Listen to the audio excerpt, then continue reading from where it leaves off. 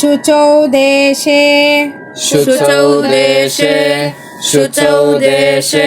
प्रतिष्ठाप्य स्थिरमासनमात्मनः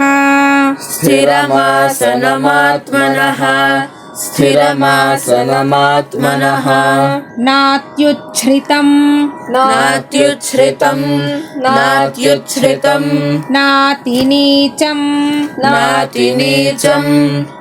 नातिनीचं चैलाजिनकुशोत्तरम्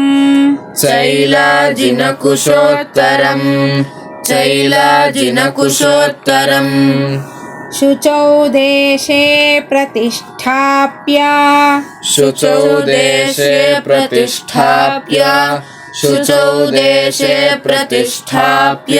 स्थिरमासनमात्मनः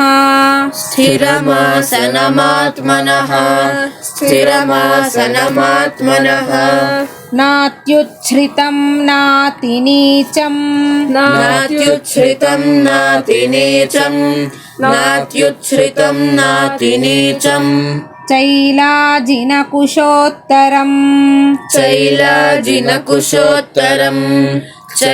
चैलाजिनकुशोत्तरम् शुचौ देशे प्रतिष्ठाप्य स्थिरमासनमात्मनः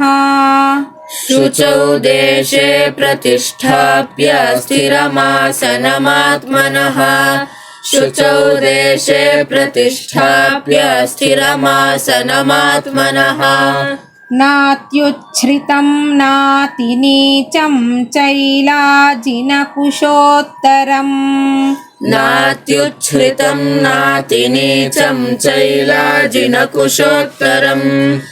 नात्युच्छ्रितं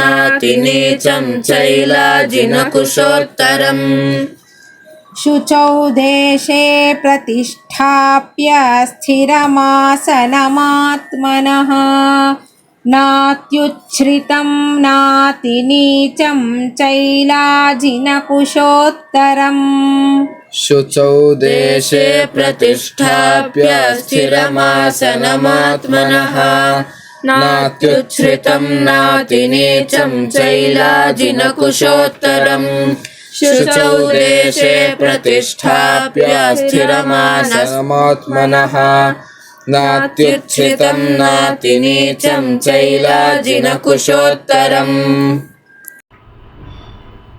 शुचौ देशे प्रतिष्ठाप्य स्थिरमानसमात्मनः नात्ಯುಚ್ಛ್ರಿತಂ ನಾತಿನೀಚಂ ಚೈಲಾಜಿನಕುಶೋತ್ತರಂ.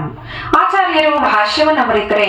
ಶುಚೌ ಶುದ್ಧೇ ವಿವಿಕ್ತೆ ಸ್ವಭಾವತಃ ಸಂಸ್ಕಾರತೋ ವಾ ದೇಶೇ ಸ್ಥಾನೇ ಪ್ರತಿಷ್ಠಾಪ್ಯ ಸ್ಥಿರಂ ಅಚಲಂ ಆತ್ಮನಃ ಆಸನಂ ನಾತ್ಯುಚ್ಛ್ರಿತಂ ನ ಅತೀವ ಉಚ್ಛ್ರಿತಂ ನಾಪಿ ಅತಿ ನೀಚಂ ತಚ್ಚ ಚೈಲಾಜಿನಕುಶೋತ್ತರಂ ಚೈಲಂ ಅಜಿನಂ ಕುಶಾಶ್ಚ ಉತ್ತರೆ ಯಸ್ಮಿನ್ ಆಸನೆ ತತ್ ಆಸನಂ ಚೈಲಾಜಿನಕುಶೋತ್ತರಂ.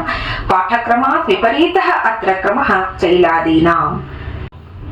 ಯೋಗವನ್ನ ಮಾಡೋನು ಮನಸ್ಸನ್ನ ನಿರಾತಂಕವಾಗಿ ಇಟ್ಕೋಬೇಕು, ಶುಚಿಯಾಗಿ ಇಟ್ಕೋಬೇಕು, ಮತ್ತೆ ಏಕಾಗ್ರತೆ ಅವನಲ್ಲಿ ಸದಾ ಇರಬೇಕು ಅಂತಾನೆ ಭಗವಂತ. ಹಾಗಾದ್ರೆ ಅವನು ಹೇಗೆ ಕೂತ್ಕೋಬೇಕು, ಯಾವುದರ ಮೇಲೆ ಕೂತ್ಕೋಬೇಕು ಅನ್ನೋದನ್ನ ಆಸನದ ಬಗ್ಗೆ ಹೇಳ್ತಾನೆ. ಶುದ್ಧವಾದ ಏಕಾಂತ ಸ್ಥಳದಲ್ಲಿ ಆಸನವನ್ನ ಹಾಸಬೇಕು. ನಾತ್ಯುಚ್ಛ್ರಿತಂ ಅಂತಾನೆ ಪರಮಾತ್ಮ ಅಂದ್ರೆ ಅತಿಯಾಗಿ ಎತ್ತರವಲ್ಲದ, ಹೆಚ್ಚು ತಗ್ಗೂ ಅಲ್ಲದ ಚೈಲಾಜಿನಕುಶೋತ್ತರವಾಗಿ ಅಂತ ಹೇಳಿದರೆ. ಹಾಗಂದ್ರೆ ಮೃದುವಾದ ಬಟ್ಟೆ, ಚರ್ಮ ಅಂದ್ರೆ ಕೃಷ್ಣಾರ್ಜುನ, ವ್ಯಾಘ್ರಾರ್ಜುನ ಏನು ಹಿಂದೆ ಎಲ್ಲ ಯೋಗಿಗಳು ಆಸನವಾಗಿ ಉಪಯೋಗಿಸ್ತಿದ್ರು. ಈಗ ಕೆಲವು ನಿಯಮ ನಿಬಂಧನೆಗಳೊಂದಿಗೆ ಕೆಲವು ಸನ್ಯಾಸಿಗಳು ಉಪಯೋಗಿಸ್ತಾರಲ್ಲ ಅದು. ಮತ್ತೆ ಕುಶ ಅಂತ ಹೇಳ್ತಾನೆ. ಕುಶ ಅಂದ್ರೆ ದರ್ಭೆ. ಇದನ್ನ ಒಂದರ ಮೇಲೊಂದು ಹಾಕಿರೋದು. ಈಗೆಲ್ಲ ದರ್ಭಾಸನ ಅಂತ ಹೇಳಿದ್ರೇನೆ ಸಿಗತ್ತೆ, ಅದು ಚಾಪೆ ರೀತಿ ಇರತ್ತೆ. ಅದನ್ನ ಆಸನವಾಗಿ ಉಪಯೋಗಿಸೋದು. ಹೀಗೆ ಆಸನವನ್ನ ಹಾಕೊಂಡು ಯೋಗವನ್ನ ಸಾಧಿಸಬೇಕು. ಯೋಗಿಯಾದವನು ರಹಸ್ಯದಲ್ಲಿದ್ದುಕೊಂಡು ಆತ್ಮವನ್ನ ಸತತವಾಗಿ ಯೋಗದಲ್ಲಿಡಬೇಕು. ಹೀಗೆ ಮಾಡೋದಕ್ಕೆ ಅವನಿಗೆ ಆಸನ ಅನ್ನೋದು ತುಂಬಾ ಮುಖ್ಯ. ಅದಕ್ಕೆ ಅವನು ಈ ರೀತಿಯಾಗಿ ಹೇಳೋದು, ಶುಚಿಯಾದ ಪ್ರದೇಶದಲ್ಲಿ ಅತಿಯಾಗಿ ಎತ್ತರವಲ್ಲದ ಅತಿಯಾಗಿ ತಗ್ಗೂ ಅಲ್ಲದ ಬಟ್ಟೆ, ಚರ್ಮ, ಕುಶ ಇವುಗಳನ್ನ ಒಂದರ ಮೇಲೆ ಒಂದನ್ನು ಹಾಕಿರೋ ಸ್ಥಿರವಾದ ಆಸನವನ್ನ ಅವನು ತನಗಾಗಿ ಹಾಕಿಕೊಂಡು ಅದರ ಮೇಲೆ ಆರೂಢನಾಗಿ ಅದರ ಮೇಲೆ ಕೂತ್ಕೊಂಡು ಯೋಗವನ್ನ ಮಾಡಬೇಕು. ಯಾಕೆ ಅಂದ್ರೆ ಕೆಲವು ಮುಂದೆ ಹೇಳ್ತಾ ಹೋಗ್ತಾನೆ ಆಹಾರ ಪದ್ಧತಿಗಳು ಹೇಗಿರ್ಬೇಕು ಯೋಗ ಮಾಡೋನ್ಗೆ. ಯಾಕೆಂದ್ರೆ ಯಾವುದೇ ರೀತಿಯ ಶರೀರ ಬಾಧೆಗಳು ಅವನಿಗೆ ಬಾಧಿಸಬಾರದು. ಅವನು ನಿರಾತಂಕವಾಗಿ ಯೋಗವನ್ನ ಅಭ್ಯಾಸ ಮಾಡಬೇಕು. ಅದಕ್ಕೋಸ್ಕರ ಇವೆಲ್ಲ ಹೇಳ್ತಾ ಹೋಗ್ತಾನೆ. ಇದರಲ್ಲಿ ಅವನು ಹೇಳಿರೋದು ಕುಶಗಳ ಮೇಲೆ ಚರ್ಮ, ಅದು ವ್ಯಾಘ್ರಾಚನ, ಕೃಷ್ಣಾರ್ಜುನ ಈ ರೀತಿಯಾದ್ದು. ಆ ಕುಶ ದರ್ಭೆಗಳನ್ನ ಹಾಸ್ಕೋಬೇಕು, ದರ್ಭೆಯ ಮೇಲೆ ಚರ್ಮವನ್ನ ಹಾಸಿರ್ಬೇಕು, ಅದರ ಮೇಲೆ ಬಟ್ಟೆಯನ್ನ ಹಾಸಿರ್ಬೇಕು.